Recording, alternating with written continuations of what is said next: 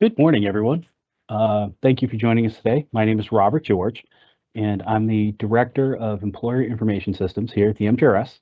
And before we get started, I just want to, on behalf of our board and our Executive Director, I'd like to thank you for joining us today. So for today's program, we're going to go through the introduction of the MTRS. And so what we're going to talk about today is going to be a lot, or a little bit about a lot of things. So for today's agenda, just not updating on my screen. There we go. For today's agenda, we're going to cover basically all the basics. We're going to talk about our online training library, what MTRS is, the employer's role, security, federal grant funding, military service. So we're going to really cover a lot of, again, sort of an overall catch-all to introduce you to the MTRS and hopefully get you comfortable with what we do, what your role might be, and just the general of how that works. And then also point to some other more specific trainings. We're going to do some trainings in the future, and then as well as some of the ones we have recorded. So we'll get started. Before we get started, though, one last thing. I believe in the chat. Have we put the program in the chat quite yet? Okay. In the next few minutes, in the chat, there will be a PDF of today's program that you can download if you want to, print it out and make some notes, that sort of thing. So just give us a few minutes. We'll get that up there. And then that way you'll have a copy of all the slides we covered today. It's in a format where you'll have 3 slides per page and a little area on the right-hand side for notes. If quicker, you can also go to our external website. There's a copy of a very similar program to this, and you could use that as well. And that also has the PDF underneath it. So we'll get started here. Now, the first thing I do want to mention, so I mentioned just a moment ago that we have online training and guides, and we have a bunch of these training sessions up there. So if you were on our external website, you could actually pull the PDF right from this link on our external website. So the mass.gov/MTRS, if you click on employers and then click on training materials, we have this page for you. So what I do want to highlight, though, is that along with this one, we have sessions that we hosted back in 2024, pardon me. And you're going to see that today's presentation, or a version of today's presentation, is available for you there. And we also have presentations available on quite literally every subject an employer needs to know, as long as we've done our job right. So we have one on who's eligible for the MTRS. We have a special charter school version of that. We have credible service explanation, so the folks have an idea of how service works. Maybe your employee walks in and they're like, hey, I got my service online and something looks wrong. So it just kind of gives you a really good idea of how we do that, why, and maybe give some context to those of you who do deduction reports, exactly how important what you're doing is and what it really leads to. So hopefully you find that helpful. The other programs we have up there, it's retirement season, so it's that time. So we have a video that was actually put together by our member services unit for us, for employers, on how to complete the retirement application. So this video is not about the member side of things.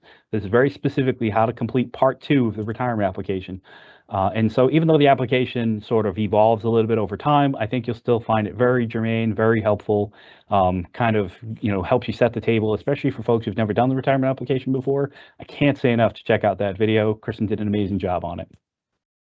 And then below that, we also have retiree insurance seminars. Now, I know for some of the folks on the phone, you might be thinking, well, the town does that, not something I have to be responsible for, but you are part of the retirement process itself, and it never hurts to have a good understanding of how that works, even if it's just so that you can coordinate better with the town, right? So I'd say, take a look at that. If you are one of the parties that do handle it, we have 2 different videos. We have one that's like all the basics of like administration, how the deadlines work, when you're making individual changes, setting up brand new people, all the nuts and bolts with all that stuff. And then we have an exclusive second training that only covers updating the prices of the plans themselves, because that's like its own animal. It's actually very close, sort of closely related design-wise to how you do an individual change.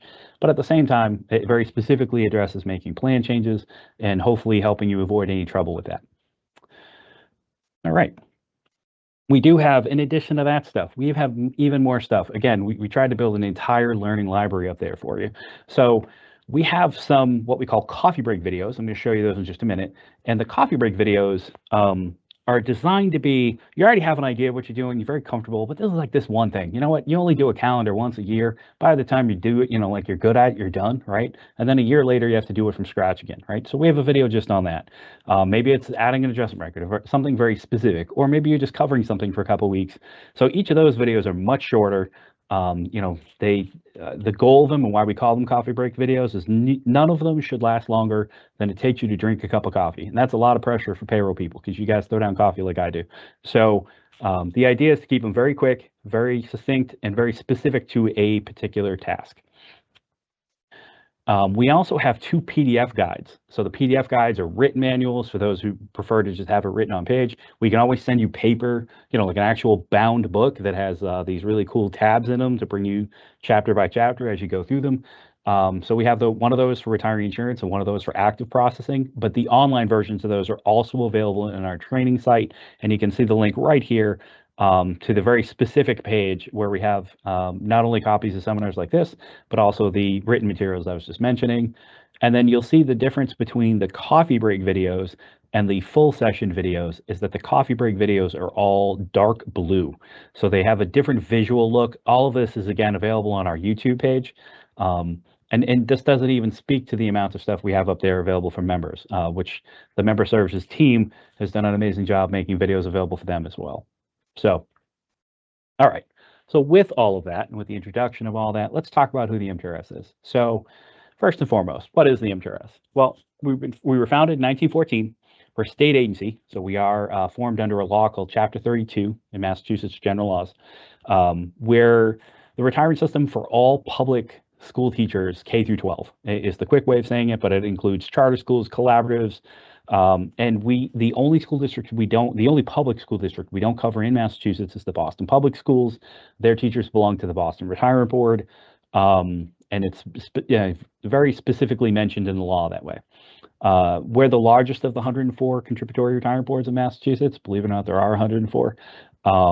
And the service between our boards is transferable, and we'll cover that in a little bit. We have a 7-member board. We have 2 offices. One's in Charlestown, one's in Springfield.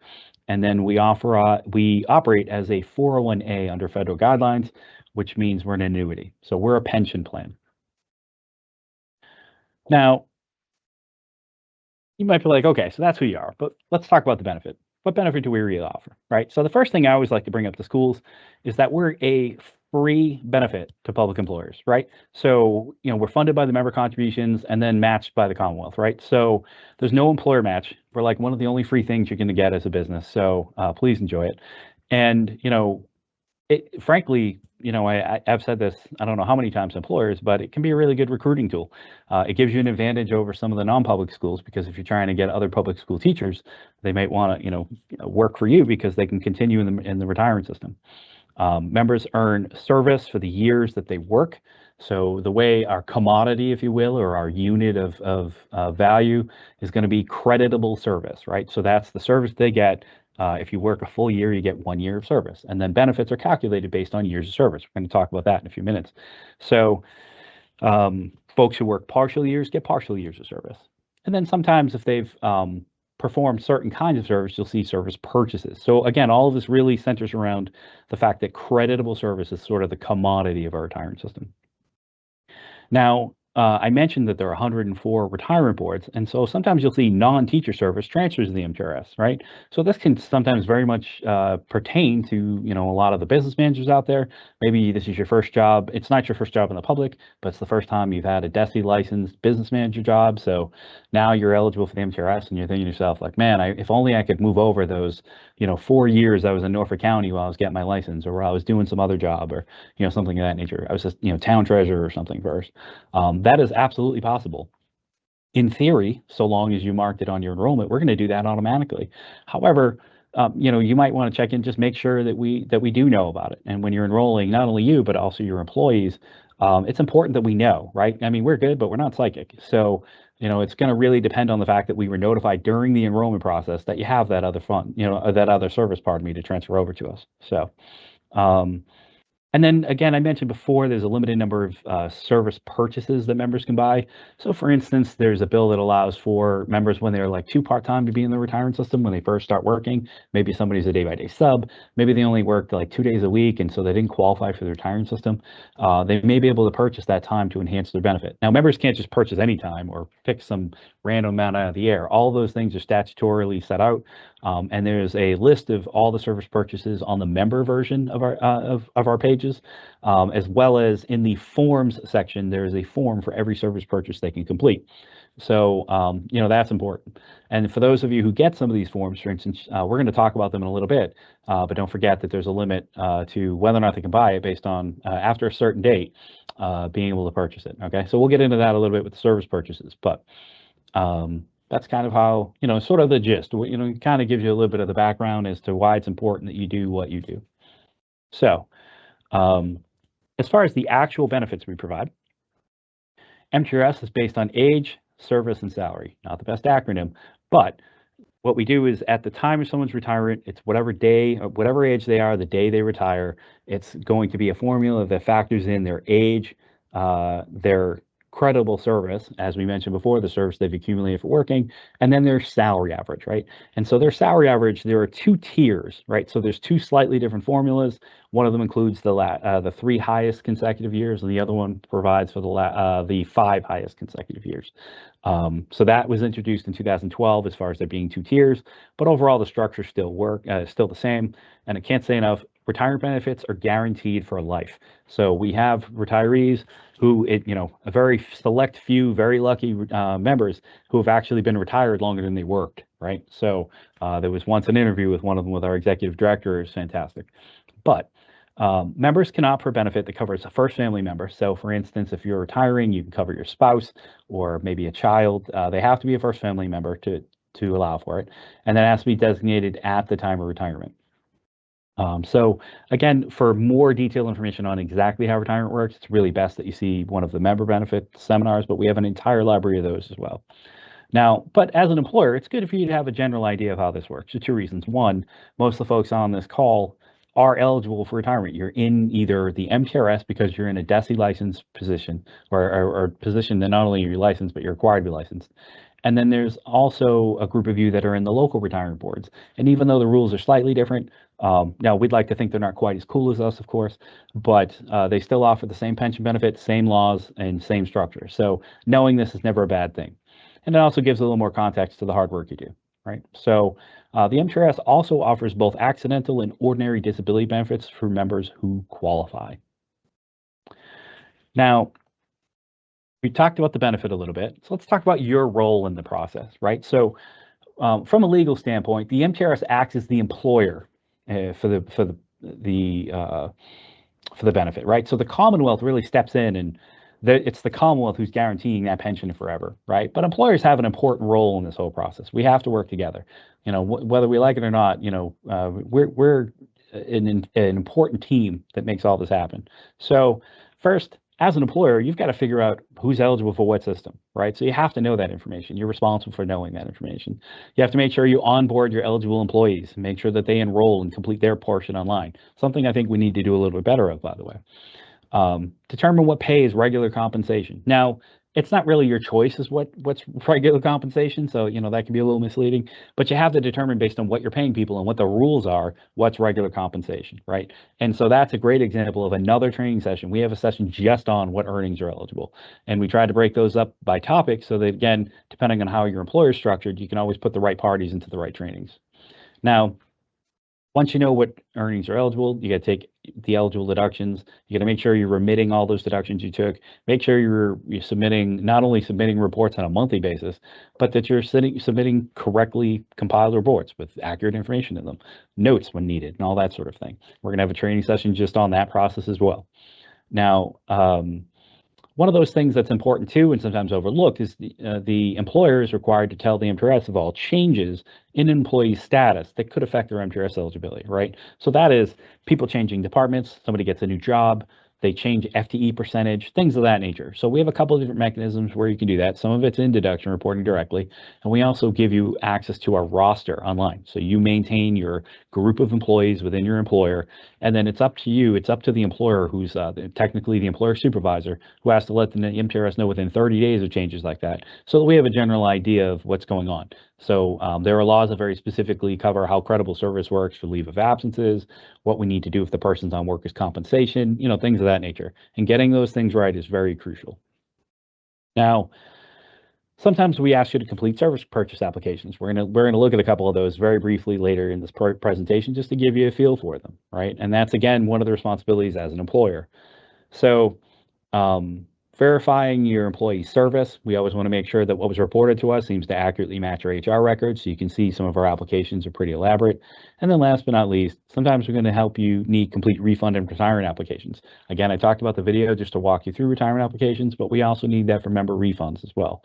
For instance, there are legal parameters such as knowing that the person's no longer employed that we have to make sure that we verified with employers before allowing for a benefit. So if you think about it, we're a free benefit, but this is sort of the cost, if you will, right? They're your employees. The fact that they qualify for us is strictly through the fact that you're employees. So as an employer, you have some responsibilities in this process, and that's where that comes from. So on the bright side, we save you all the matching contributions. So if you were in the Social Security Administration, that's 6% that you get back on your budget. So we're not only free, we're actually saving you money. So if you think about it that way, we're still a win-win. All right. So now I want to talk a little bit about the external website, but just because I went through 10 of the slides we're going through this morning, I just want to kind of check and see if we've gotten any questions in the chat or anything. No, I think we're good. Very good. So, and if you do have questions you want to throw in the chat, please don't hesitate. I will try to do my best to, as we close out each sort of logical section, to make sure we address any questions folks want to ask. All right. So looking at employer forms. So this is just our external website. Want to show it to you quickly in case anybody hasn't been there. You can see that when you log into our site. So if you go to mass.gov/MTRS, I always say that one because that one's just the easier one to remember. It will push you to a secondary site that's a little bit different because it's hosted differently. And you'll see the picture of the nice lady here at her computer. And then you'll see there are 4 sections. So there's a home section, members, retirees, forms, employers. On the employer site, on the far left, you can see this is where you can log into MTRS whenever you're there. Online training and guides is where you can get all the training information, and then news and email archive, which has all of our blast emails. So if you hear from one of your coworkers, hey, did you see the MTRS blast web email, and for some reason you don't think you got it, you can always go in there and see if you missed one. All right. And we keep those historically in case we have to go back and refer to them.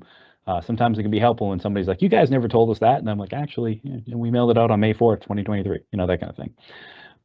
Now, on this main page, you'll see it defaults to employer forms, but there's a whole section of links on the left-hand side, in addition to the videos, in addition to the training manuals that walk you through the procedural stuff in MTRS. We also have subject matter information that's available here too. Sometimes people don't want to listen to me drown on, I get it. But there's also information in static form. Sometimes it's nice because you can copy and paste it right from our website to one of your members when they're like, hey, I think I'm eligible because I'm a teacher's aide. And you're like, no, you're not. This is how the rules work. You can either give them a link to that specific page or you can copy and paste a piece of the information. So that information is available 24 hours a day, 7 days a week. All right. And then here is a copy of our MTRS employer self-service page. So once you've clicked into MTRS, you'll see this is our login page, and this is our online reporting system. So we're going to go to the main page here, and basically here we are in the Aviary Public Schools, and this is MTRS, right? So our online reporting system gives you the access to report to the MTRS everything you need to as an employer.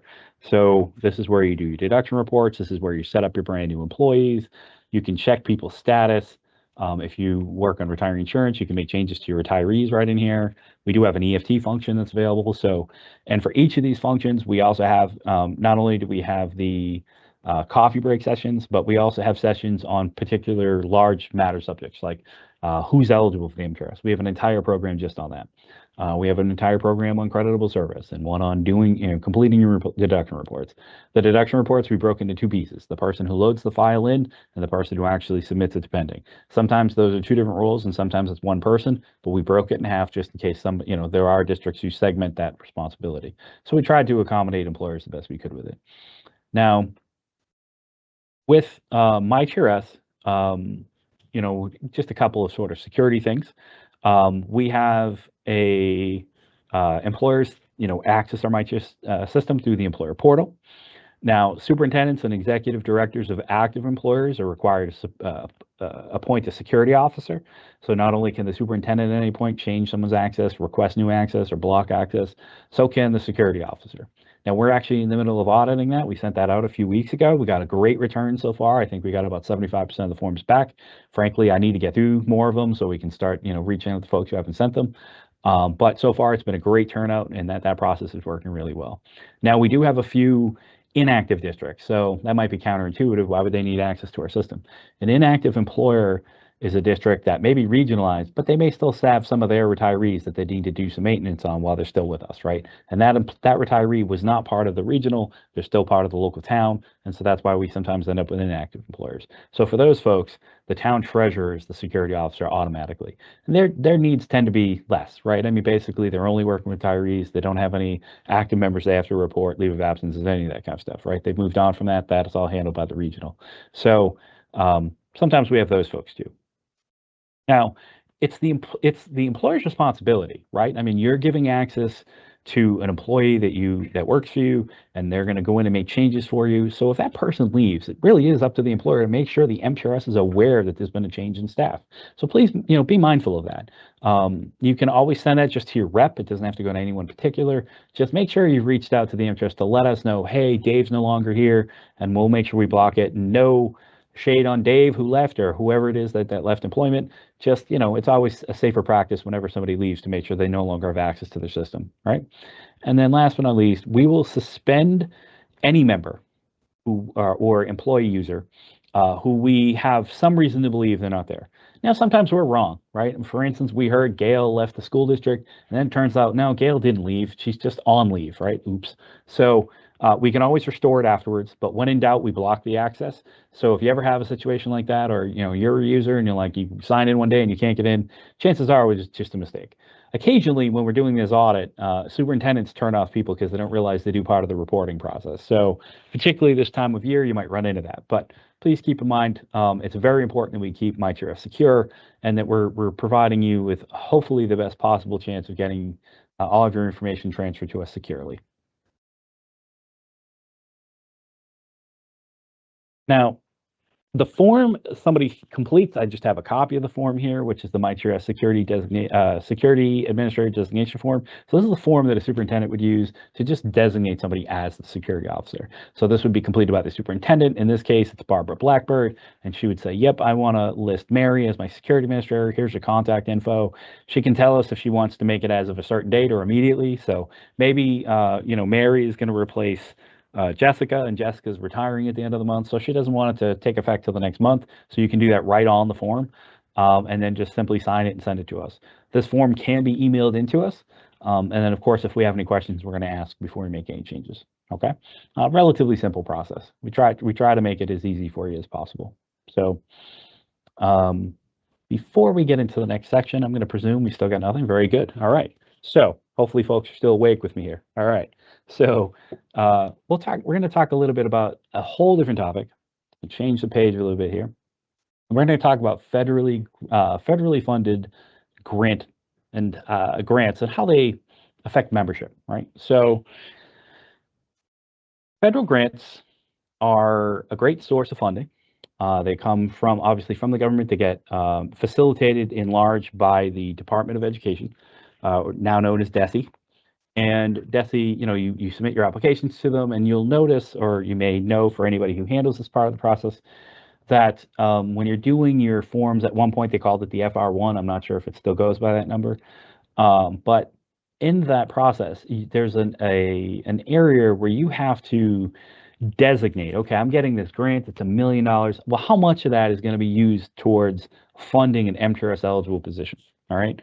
So the reason for that is the MTRS is funded by the Commonwealth, right? So if the federal government is funding school districts directly, and that turns into there being a higher burden on the Commonwealth, as the pass-through agent, for whatever portion of that federal grant you're going to be hiring MTRS eligible staff with, there's an offset deduction, right? Unfortunately, it is exactly the same offset number as one of the contribution rates for MTRS. That is just a coincidence, or frankly, probably a lack of creativity on the legislature side. So this deduction is not the same thing as the member's 9% deduction. This is an employer match, if you will, right? The offset. So for instance, if you have $1 million grant, $200,000 is going to get used for MTRS eligible salaries, then you're going to be required to have 9% set aside of that grant to cover the matching contribution for employers based on what is owed. Okay, so hopefully that makes sense. Now, the way this gets managed, because I'm sure anyone who's on this call who's aware of federal grants, those numbers change, right? I mean, there's always a goal, then real life happens, right? With anything. So DESE has a process where not only do they have you apply for it, they distribute the grant funds to you, you report progress, and then at the end of the year, you do your grant year-end funding. You do all your reporting to them, say, yep, this, we spent the money exactly how we thought, or, well, things changed, so we reallocated some things within the right parameters, et cetera, et cetera. And so with that, when you do that application, there may need to be some math that happens in there with the portion that offsets the MTRS liabilities, right? And so what DESE does is when they distribute the grant, based on your application, they're going to figure out, okay, if $200,000 is MTRS eligible, a 9% deduction on that's $18,000. So we're going to take 4/5 of that $18,000 and we're going to send it to the MTRS right away, right? And so, okay, so the MTRS gets most of that money. And then at the end of the year, when you settle out your grants, that number might change a little bit. So if you only used 80% of it as you originally allocated, you're actually fully paid. You don't have to pay the MTRS anything at the end of the year. If you spent more on MTRS salaries, which in a lot of cases you have that flexibility doing, you might owe a little more at the end of the year than just 1/5, right? Or vice versa. Let's say you reallocated the funds towards supplies or something. So, okay, only $100,000 was used for MTRS funds. I actually need some of that money back. So if you have that situation, you can send us a letter and basically with a copy of your DESE application. I'm actually going to move to the next slide on this because we talk about this a little bit. And at the end of the school year, you settle up with DESE, right? So let's say, like I mentioned before, the math changed a little bit. You're using a little bit less for your federal grant funding than was expected. You'd want to get a copy of the paperwork you settled with DESE, right? And they might not do the final copy because they're waiting for confirmation that you get the money back. That's fine. Whatever you submitted to DESE will be accepted by our finance department, along with just a brief letter. For our federal grant ABC, we expected this much. It turns out we didn't have to spend that much on MTRS salaries. We're due back a refund of $5,000. Here's a copy of the paperwork we're sending DESE on this. And then you send that as listed on the slide here to attention of Lucy Zhang, who's amazing. Lucy, a former teacher herself. And so she's very, motivated to make sure you get your refund as quickly as possible. You just got to make sure you're sending her all the right paperwork. And then if you have questions, Lucy can also help you with that. So if you have questions on a certain form or, things of that nature, she's awesome. She'll know exactly what to do. If you can't reach Lucy, feel free to reach out to me and I can try to get you the information from finance as well. But again, I don't think you're going to have any problems with it. She's amazing. So. But that's just sort of to touch on that a little bit. It's not something a lot of folks on the call really have to deal with all that often. Almost exclusively your finance director is going to be dealing with this. But again, something we just want to make sure because this is sort of the intro, right? This is the all aspects MTRS. So, all right. With that, we're going to talk about another sort of one-off topic. And before I do, though, I don't think we have anything in the chat for federal grants. Very good. All right, just making sure. Just because I'm going to cross over into a completely different subject, I wanted to, just give you guys the opportunity. All right, so our next sort of one-off topic here is going to be active military service. Now, I do not expect everyone to remember all these rules specifically. What I'm hoping you're going to walk away from this presentation is knowing that if you have someone called to active duty, go read our website. It's a thing, right? But let me explain why it's a thing, all right? So members ordered to active duty can earn retirement credit while they're on active military duty. So you have, the head of your math department gets called, is in the reserves, gets called to active duty. And so there's a federal law, and basically under that federal law, the law says, the fact that they get called to active duty should not hurt them from a pension perspective. So the way this works is employers essentially are required to pay the contributions that the member would have paid had they remained employed. All right. So sometimes these things can get a little complicated because, like always, the devil's in the details, right? So first, if you have somebody who's only called away for like 2 days, they get called to the National Guard or something. Less than 30 days, they're automatically going to get service for it. So you just need to put in the leave of absence to our system, explain that they're only going to be out for a couple days, or they were only out for a couple days. Nobody's going to get billed for that. There's actually no requirement to have to pay there. It's really when it becomes a number of weeks, over a month. For instance, we had a member who was called to Afghanistan twice. I think each tour is about 15 months. So in those cases, that's when you're required to notify us that they're on leave. We have a specific leave for active military duty, so you can complete that right in MTRS on the roster. We'd be happy to walk you through it. And then when the person returns to service, God willing, and hopefully they aren't hurt in combat, if they unfortunately make the ultimate sacrifice, you'll be required to pay it then too, but let's hope we never have one of those cases. But employers are required to make contributions on behalf of the member, but not until they've met two criteria. One, they need to have been honorably discharged. Now, when you have somebody come back from leave as an employer, you should be getting a form called a DD 214. It's a Department of Defense form. And on that form, it'll tell you if the person's been actively, honorably discharged, right? That's among the things. And obviously, if they're coming back to employment, you want to make sure they returned like after they were discharged, right? And they have to come back within 2 years of that honorable discharge. So if they are at employer A and they go away to military service and they come back and they say, you know what, my family moved while I was on active duty, so I'm actually going to get some other job. The member will be allowed to buy it, but the employer is not required to buy it because they didn't come back to service with that same employer within 2 years of being honorably discharged. Okay, so we're talking about teachers here. Of course, they're going to be honorably discharged. I've never run into a case where somebody was dishonorably discharged, but this is the paperwork you have to get. All right, you put in their service. You figure out, we can help you do the calculation too. Like, okay, while they were in service, they would have paid us, $4,125. Then you send in that payment, and they get the creditable service for it. If the member ever takes a refund before they apply for a benefit, we give you back the money, right? Because they're not supposed to, they don't lose service for that time, but it's technically not their money until they're getting a benefit. So you're buying the service, you're not just giving them money. And so if they never go for a benefit, the employer actually gets the funds back. Typically, they tend to go for a benefit. I do remember at least one case though where we had to refund them back in all these years. So, and then last but not least, military payments are submitted outside of the deduction report process, right? This is think of it as like a service purchase, if you will, except it's done by the employer. So there is not a form to submit. We are not going to bill you for it. It's your responsibility when you have the member come back from military service to know to do this. Sometimes we'll reach out to you and say, hey, we heard so-and-so's back in the military. We got to take care of this, that sort of thing. And certainly if you have any questions, because these are going to be pretty rare overall compared to all the things you deal with, don't hesitate to reach out to us. We have the information online, but of course we'll help you through it. Again, pretty rare cases. I think last year we had 4 people on active military duty and out of 100,000. So it's statistically pretty rare. In some cases, a little more if you have an Army base in your area, something like that, I guess. But okay. So with that, there is a form that we do have on our website that you can actually this way you can just complete this form, you know what to do, it kind of lays it all out for you, helps you do the calculation, and then it's signed by the superintendent, okay? So this form just kind of gathers it. That's available right on the employer site under forms, the first page that the employer site opens up to, but I'm not going to really go through this in detail. I'm sure you can figure it out if you're looking at it, and again, if you have a case, just let us know. Oh, and one thing just to be clear about all this, the school district doesn't have a choice.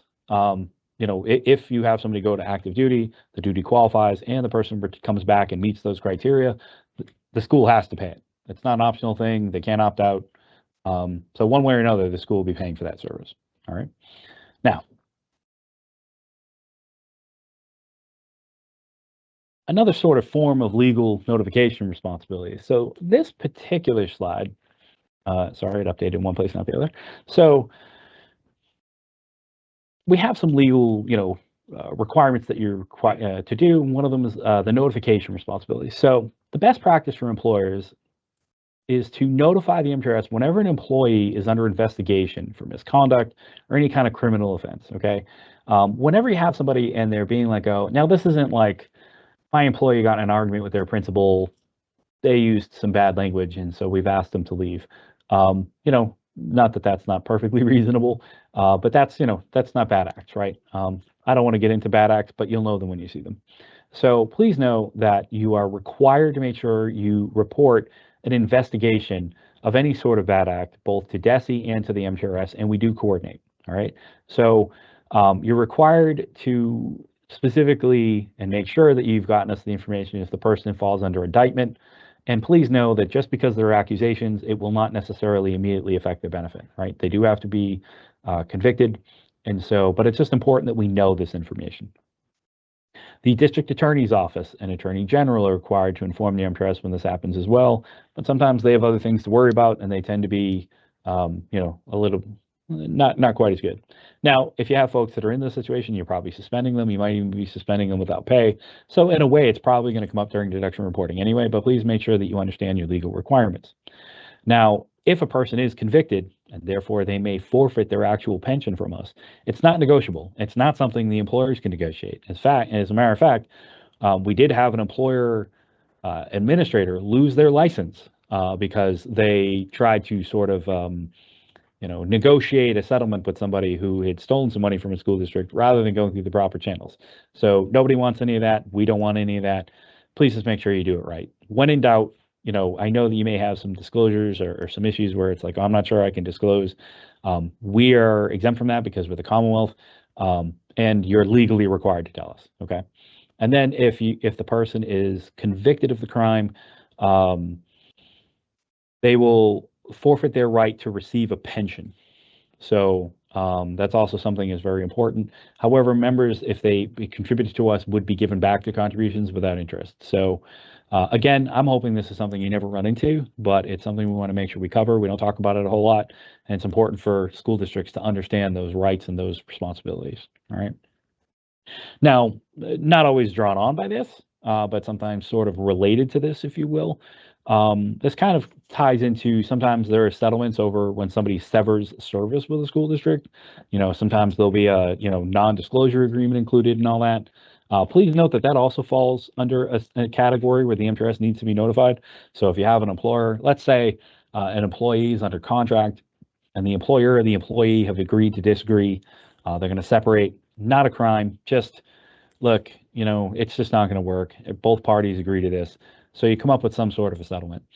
Anytime you do that, the MTRS needs a copy of it. And the reason for that is the MTRS is a de facto party to that agreement, right? Because we may or may not have legal responsibilities or money that we owe to the member. So if if the member is entitled to service because of that, we need to see that. It's possible that we're going to tell you that it's not retirement eligible because for instance, severance is very specifically not regular compensation under the law. And for more information on that, again, see the regular compensation training. So just wanted to mention that too, is just sort of a quasi thing that to mention here about legal notification responsibilities. So are there any questions on those? Okay, cool. So far we get no questions. All right. The next thing I want to cover, I'm going to change sort of lanes again. So we talked about legal responsibilities you have. We talked about military leave and some of the other things. So now we're going to talk about some of the applications, right? So as I mentioned before, the Commonwealth is the employer for the purposes of the plan. Like we're paying the bill, right? So when we have folks apply for certain benefits, we're going to need some help making sure we got the information right. So one of them is refund applications. It's kind of an interesting quirk in the law, right? So refund applications require us to pay members whenever we can within 60 days of them separating from their service, right? So if somebody leaves on July 5th, okay, now we have, theoretically, we want to get them refunded within the first 60 days after they refund. And I can tell you our refund team's amazing, and they really want to refund somebody like the day after they get the application, right? Now, the sort of contradiction of that, of course, is, well, first, even though they left on July 5th, you might not be done paying them till July 19th. And on top of that, you might have a leftover payroll that you have to pay them because they had money accrued. Let's say it's not July, let's say it's April, and they have money that was set aside for summer pay. So this is where the details on the employer section become really important to us. We want to make sure we have a good idea of when their last payment was received, what we should be expecting for contributions, because in many cases, we're going to provisionally retire that person before we even have the money in their account. Okay, so that's going to be important. So it adds just a little bit of weight, okay, because the refund application gets filled out by the person's most recent employer. And then it includes the separation information. Now, one of the reasons for that too is because the person cannot refund while they're an active member. So we need to make sure they are definitely separating service. So again, another important aspect of the refund applications. Now, it can only be processed after their final contributions have been received by the MTRS. However, they may not be released in, right? Because we know there's a backlog and there's kind of always a backlog. So at least of some proportion. So it's important that we get this information so we can compare it to the financial records we do have. We want to make sure we're giving them all of their contributions, of course, and then not extra, right? We want to make sure we're getting that refund correct. Now, when somebody is applying for us, they have to have terminated service, and that doesn't mean that they can switch to another retirement board. I mentioned earlier in this presentation, service transfers from one board to another. So if somebody leaves being a teacher and now they become a teacher's aide in your school district, or they go, they become an employee of the public library for the town, right? That's awesome. They're going to go to the local retirement board. They cannot take a refund. That has to transfer to the local retirement board by law. Right? So they're not eligible for a refund. So it's important that we get this kind of information, which is why we ask the questions that we do in the retirement application itself. The member is responsible for returning the application. So they bring you part 2, they've completed part 1 for themselves, and it's up to them to put those 2 together and send us the full application. So we try to process that refund within 60 days of when we received it, or when their last payment is, depending which is later. And they do a remarkable job, even with some school districts being really far behind and trying to make that happen. In a lot of cases, it's through provisional refunds. Okay. Now,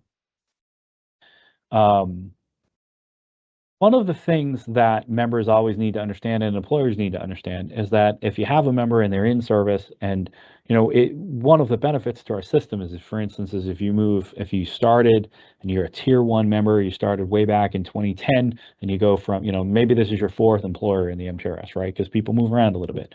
So folks get to grandfather their rights in as of 2010, right? So they're going to be a tier 1 member. They're going to have their tier 1 contribution rate and all that stuff.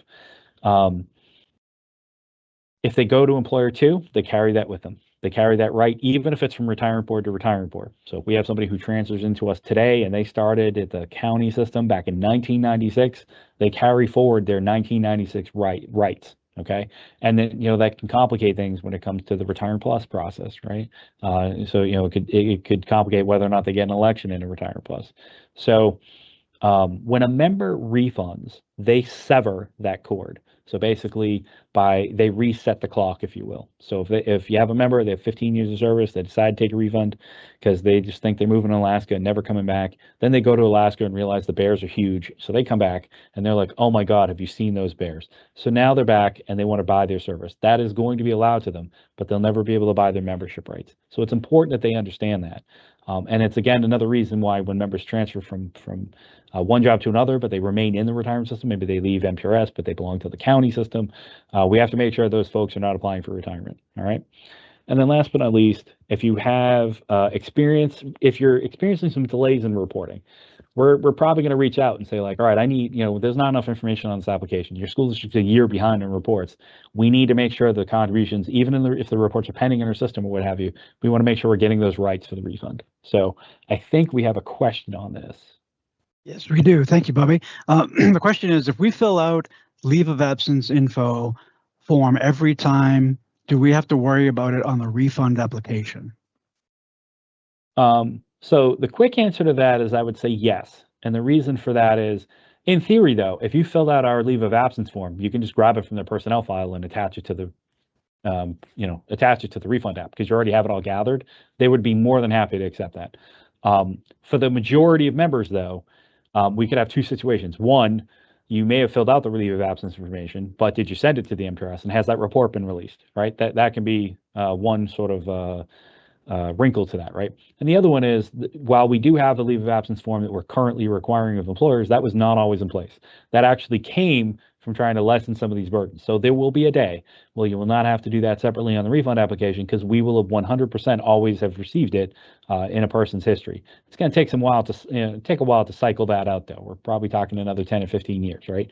Because people's benefits go back so far. So refunds not quite as much, but retirement apps are kind of the same thing. So that's what we're looking to do. But in theory, if you filled out a person's leave of absence form, you should be putting a copy of that in their personnel file. So you can see, please see attached form and just put the, and include the LOA form the MTRS LOA form you already completed. Please do not do that with just generic paperwork that you may have as an employer, forms that are foreign to the MTRS, because we're not going to understand necessarily the format. We're not going to know if it has all the information. But if you have an MTRS LOA form that you completed for the person's LOA, by all means, on the refund app, you can say, please see attached, and then just give us a copy of the LOA form again. That way we're 100% sure Santos has it, and he can get your the refund for your former employee done as quickly as possible. All right. Are there any other questions? All right, cool. Thank you. All right, cool. So now we're going to go on to the next topic. And this is service verification. So service verification helps us sort of make sure that when we have records, particularly records that go back, I'd like to think at least for the last 25 years, we've progressively gotten better and better. The data quality we have now is just outstanding compared to 25 years ago, 30 years ago. But sometimes people are applying for retirement benefit with 38 years of service, right? So we kind of get into, I'm going to call it the dark period or the dark ages, before we had, some of the validations and stuff we have. So this really helps us get a better understanding of what a person's credible service is to kind of compare to our records, just make sure, we're not missing something, right? Occasionally we get one of these service verification forms. Now, sometimes it'll be because we're trying to certify someone's pre-2010 service, because that was not reported in MTRS originally. So that credible service may not be showing up on your members, cred service report, which they can download from the member self-services version of MTRS. And at other times, we're just looking to get information because, again, it's from a period where we didn't have the person's leave of absence form, right? And so now, before member services sends these out, though, I will tell you, they do check the form. So they'll be looking in the person's profile, and your assigned MTRS rep, when they get those LOA forms, not only are they making sure that the leave of absence is put in MTRS, but they scan them right to the member's documents, right? So within minutes of an ESR processing that, it's available to everyone who works at the MTRS. So they're going to look for those first. But these are forms that we need completed to make sure that we have a full picture of someone's service before we evaluate the benefit they're eligible for. Now, on the sort of sister to this, if you will, is service purchase applications, right? I mentioned before, there are certain types of service that somebody may need to have you fill out part 2 of, right? So the part 2 is generally designated as the employer section. So this will be somebody who was working for you as a temp. Maybe they were too part-time to qualify. They were considered a part-time member in accordance with our statute. A lot of them are substitute or temporary part-time teaching. After a certain date, and if you look right on the substitute service purchase form itself, I want to say it's 2009, the salary requirements require that the person have made at least $5,000 that year before you fill it out. So make sure you take a look at that. Make sure, if it's before that time period, there's no minimal, but they did add a minimum to try to alleviate the need to have to send someone in a dungeon somewhere to sort of document service for 5 days worth of credible service. Now, one of the other things you can do proactively as an employer, maybe somebody who's in one of these situations. They're not, you did your, think back to the beginning of this presentation, you did your job, did it well. They're 40% members, so they don't qualify for the MTRS. That they've just been hired as a teacher. Feel free to put a bug in their ear about, hey, you might be able to purchase that service. Let's get that documented now, right? Now, if they document it in 2026 and they decide they want to buy it in 2033, we'll have all that documentation in their file. We will have already billed them for it. So then if they want to buy it, maybe they're like, look, I don't want to buy this now, but get it documented now because it's easier for you, right? And then they can purchase it anytime between then and when they retire. So again, 2040, they show up and they're like, man, I really wish I could buy that half a year service. If we've already billed them for it, we don't have to bug you about it. We'll just give them a fresh bill based on the figures that we already got. So that's really a win-win, and frankly, a lot of times makes this process easier for you. So just a suggestion to think about. So the 3 that tend to require an employer's help is, again, the substitute, temporary, part-time, the voc ed work experience, and military service purchases. The military service purchases might trigger that really the employer should have paid it on their behalf. Sometimes that happens, and that's when we find out the employer didn't know about that. Or in other cases, it could be the situation where somebody goes from they're working in employer A, they get called to duty, they come back, now they're working for employer B, and so now they're eligible to purchase it, but the employer wasn't required to purchase it for them. Okay. And one other sort of spin-off to the substitute, temporary, part-time might be what we call other mass service, which basically is a form of the substitute service purchasing, but the person was regularly employed and it just works slightly differently. But the differentiation of those two is listed on the applications themselves. All right, so let me just go to the next slide. I think I covered 2 slides at once accidentally here. Yep. So again, on part 2, you're going to give us dates of the service, their job title, if they're paid hourly or weekly, break down that pay for us, what their full-time, part-time percentage is. If you think about all the things that exist in deduction reporting, we're trying to recreate that concept. Like, okay, how much credible service are they earning? What do we have to build them? All that sort of stuff. So we're looking for all the pieces to make that mechanism work. All right. Now, this brings us to the goal that we all hope to reach one day, which is retirement applications. I mentioned before there's a very detailed retirement application video that you can watch on our site, done by one of the folks who's an assistant director in the member services unit now. So it's great stuff. I can't say enough that it knows so much more than I do about retirement applications. So please watch that if you're filling them out. So employers complete part 2.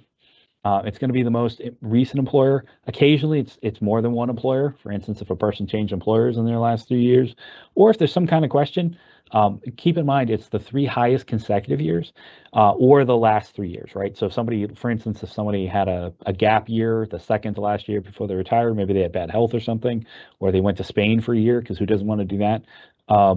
So it could be the last 3 years or 5 years if they're tier 2, or it's the 5 highest consecutive years. So occasionally it'll require an employer that's not their last employer, because either they're combining a couple of different employers to get that 5-year markup, or I can think of at least one situation where a superintendent didn't like being a superintendent. I mean, they liked it enough to get their 5 years in, but then they were like, I don't want to see another school committee again in my life. So they hired themselves to be a math teacher. And so they came into the school committee and said, my contract's up about 11 months from now. I'm just letting you know I'm hiring myself as a math teacher at the the middle school I used to teach at. I want to go back and teach math. So you're going to need to find a new superintendent. The school committee was a little perplexed, but that's what they did, right? So in that case, it's still the same employer, but the years we would be using are a little earlier, right? And frankly, they felt that it was the best choice they ever made in their life. So when we're doing for part 2, we got a couple tips in here. Make sure under current deductions, you list the total eligible earnings as one figure. Under the salary verification, you break the base earnings separate from things like longevity and stipends and that sort of stuff. But again, I would really strongly recommend, if you've never done one of these before, really go through that more detailed video, but just to kind of give you a high view here of some of the things you might be required, right? And so if the member is covered by a collective bargaining agreement, only include or always include things like the stipend schedule and everything else in the CBA that pertains to the member. So we have a good idea of not only why they were paid and how it's contractually obligated, right? If somebody's covered by an individual contract, we need the last 5 years of contracts. Report service history, include any approved and unapproved leave of absences or unpaid leave of absences. So make sure we have that information listed. And again, if you already have MTRS service form or leave of absence forms in their personnel file, feel free to include those, right? That's like a free advantage right there. If a member is part-time, please make sure that when you're listing the full year full-time salary, this is consistent with deduction reporting. So if somebody makes, if their full year salary be 120, they're half-time, so they only make 60, make sure you're listing the 120 so they're getting their full credit. And then that way, when the service prorates, they're not getting double hit. And then last but not least, if the person's on workers' compensation payments, make sure we have the workers' compensation documents recorded. Workers' compensation is very important because unlike other leave of absences, they may be entitled to full service without making contributions, right? So if a member goes out and, they're walking down the stairs in the high school or, they break up a fight or something and somehow they end up with a broken leg, so they're out of work for 3 months, the employer doesn't have to make contributions and the member doesn't have to make contributions for the entire time they're on workers' comp. What's super important is that we know that it's not just a leave of absence, it's a workers' comp leave of absence, okay? So if they're on permanent, full-time permanent disability, they get free credit for the time that they're injured. Once they come back pro rata, they get pro rata credit, and then hopefully they're back to, and healed and doing well and back to work, okay? Now, with retirement applications, mid-year retirements is also a thing. So we do like to just sort of point out some of how this works a little bit. So for instance, if you have somebody and they're going out, their birthday's in December, so they're going to have, they're going to work until right before Christmas. Technically, they're going to be employed through 12/31. We want to know when their last day of work was because we need to figure out the number of work days, right? So if they have 220 days in their contract, or let's say they're a teacher, they have 180 days, just like you would when you're paying them typically, right? You're going to go count the school days. All right, we're going to pay them this many. They're only going to do 72 out of 180 days. That's what we're going to pay them. We basically need to know that math, right? And then we're going to work backwards to give them 5 years of service. So it's okay. It's 72 days from their last year, 2 years at 180, and then whatever their full year is minus the 72. So it'd be 108 days in my example. That would get applied from the 4th year back, right? And same thing for 5 years, but obviously just longer period of time, all right? So that's why some of that information is just crucial that we get it right. We want to make sure we're giving people the benefit that they've earned, right? So it's important we get those details correct. And then last but not least, just like a refund application, it is the member's responsibility to gather Part 1 and Part 2 and submit it to the MTRS as a package. If the MTRS is missing information when we get it, we will confirm that we received it and let the member know what we're missing. Their clock for being in line to be retired or what have you will not start until we have everything. So they can't cheat and try to give us like half an application to get in front of the other 200 other members that are trying to retire at the same time. We're going to start that clock from when we get everything. So we will send them a detailed letter of everything they're missing. And the retirement application on the first page, very well designed, is a checklist. So in theory, it should help them avoid those kinds of situations. So, okay. I'm going to presume we probably don't have anything in the chat yet. Nope. Very good. So now we're going to touch on, so if you think about it, we're working our way through the career here, and we're going to talk about retiree insurance. So this is a situation where, again, we're all hoping to get here, right? So as a school employee, for districts that have opted into retiree insurance, they're required to offer retiree insurance to their members if they retire. Now, retiree insurance is in accordance with Mass General Law, Chapter 32B, which is a slightly different verse. There is a little bit of reference to it in Mass General Law, Chapter 32 and Chapter 32A, but Chapter 32B is the bulk of it. The MTRS is permitted to withhold insurance from teacher pension payments. We are not required, but we're looking to help everybody, and we want to do this right. But that permission is allowed in Chapter 32, Section 19. And then individual insurance changes are reported and controlled by employers of MTRS, right? So this is, the employer, generally it's actually the town, usually not the school district, who goes in and makes changes for the retirees. For districts who have opted into the GIC direct plan, I think they call it the RMT plan, so that they actually pay the GIC to administer their benefits. They send us the directions directly, and you don't have to sign in as the user to do that. But otherwise, schools have direct access to do that. Again, we have the videos I mentioned earlier. We'll certainly help you with that. Now, unlike active reporting, we have one insurance coordinator for the Commonwealth. I also help her with that. We have an email box. We kind of walk you through it all. We have full training materials for all of those processes as well. Retiree plan costs are handled by employers. So even though they get handled through the MTRS site, it's actually the employer who's insuring everybody for all of the employers that have opted into this, right? So it's basically like every town in Massachusetts, and then some of the charter schools and some of the collaboratives. Yes, Scott?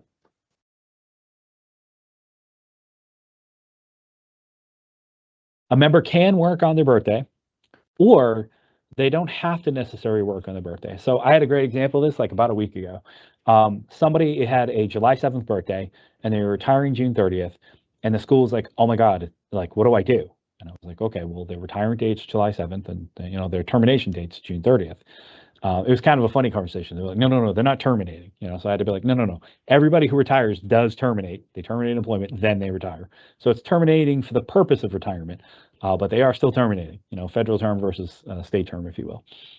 So they can do it with a separation, or they can do it if they're an active employee and they want to work on their birthday. I'd suggest they take it off. You work that long, take your birthday off, right? But maybe they hate cake. I don't know. But so they can do it either way. but we do have a number of folks, particularly folks with summer birth dates. Member services will do this automatically. If you have somebody who's not on a maximum benefit and they see that the person's birthday is like July 14th, somebody from the member services team upon check-in will reach out to them and be like, did you do the calc for July 14th? Like, are you sure you want to go out June 30th? So that is definitely a thing, and it's something that is so much of a thing that our member services team, who does an awesome job with all this, we'll actually reach out to the member and see, like, you sure you don't want to move that? So definitely a topic. Thank you for the question. And then one last thing on the insurance, I just didn't mention last bullet, that MTRS will handle adding all new plans for employers. So even though you make the individual changes, if you have a whole new insurance provider or something, let us know. We'll make it available to you. We'll try to give you the best plan possible to match your labels and all that kind of stuff, okay? And all that's done through Mildred Rodriguez and the insurance updates email box. So please feel free to send the materials there. We have a ton of information online if you don't know how to reach Millie, all right? Or feel free to reach me and I'll make sure we get you connected. All right. So one quicker topic here. I know I'm up against it. Employer GASB reporting. So the employer GASB reporting, we have two of them. The first one is the Schedule 68. This is a process that a few of us work on here. And what this does is the MTRS compiles pension benefits and then assigns a liability. And essentially, the government wants you to put on certain financial statements the fact that the state pays your retirement benefits for you. So we allocate that based on active employment. We publish that schedule in conjunction with the state comptroller's office. It's available on our website every year. We publish it as soon as we get it. Sometimes it's not as early as some folks want for their financial statements, but we try to get it from the comptroller as quickly as possible. We try to do our best to get them the information. I can't say enough for those of you who want it to be up there a little sooner. Feel free to get your deduction reports into us as quickly as possible, because sometimes that's a big part of why it's slowed up. Not only for yourself, but feel free to shame any of your peers who haven't gotten their deduction reports to us, because that really is where everything comes from. Okay. So the second one is that you can download something for what folks are usually conducting, some sort of an OPEB study. So we have a report that's in the employer self-services module. It's called the GASB 45 because it used to be under the schedule 45. It's got a different number now, but the information's still the same. So we just kept the old name on it.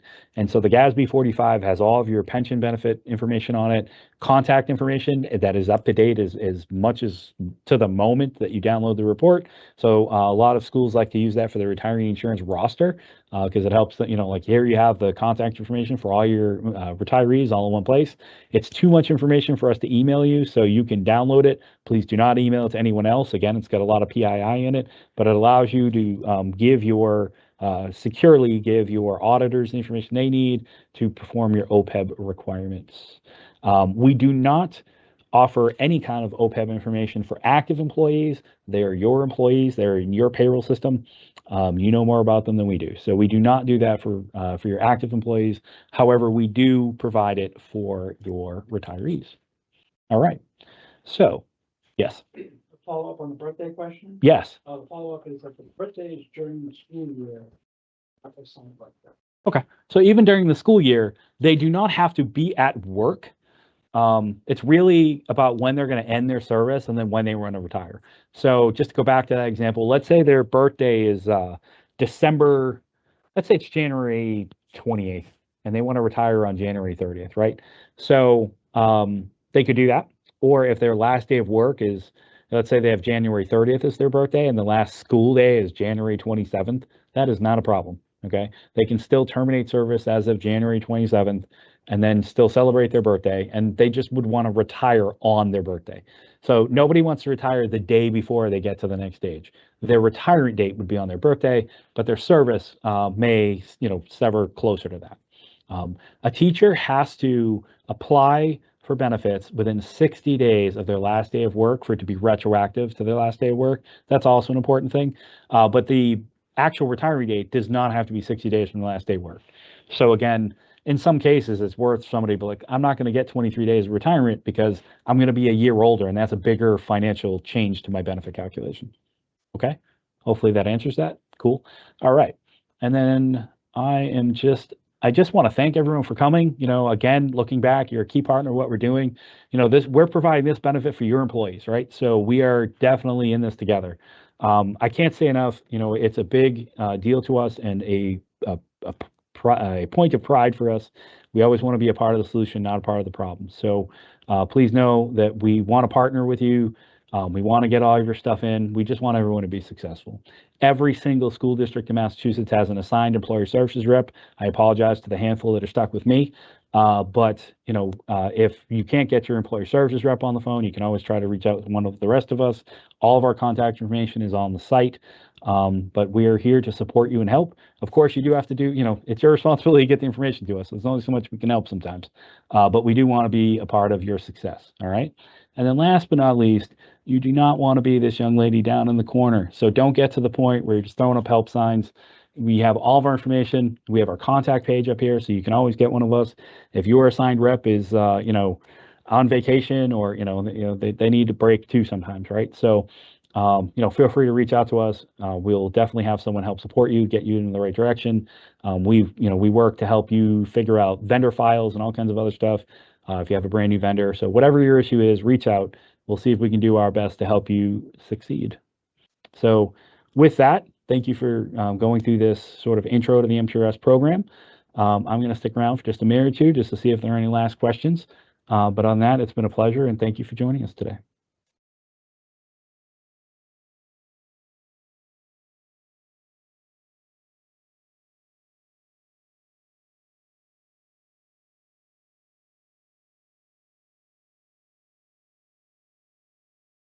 So far, we got crickets. All right, awesome. Thank you for joining us, everybody. We're not getting any questions. We don't see any active typing, but we'll keep an eye on it, and I'll send you back a Teams message if we got one too late. Again, I hope everyone's enjoying the weather. I know it's a little rainy, but at least it's warm. All right, so go enjoy some of that. Have a great day.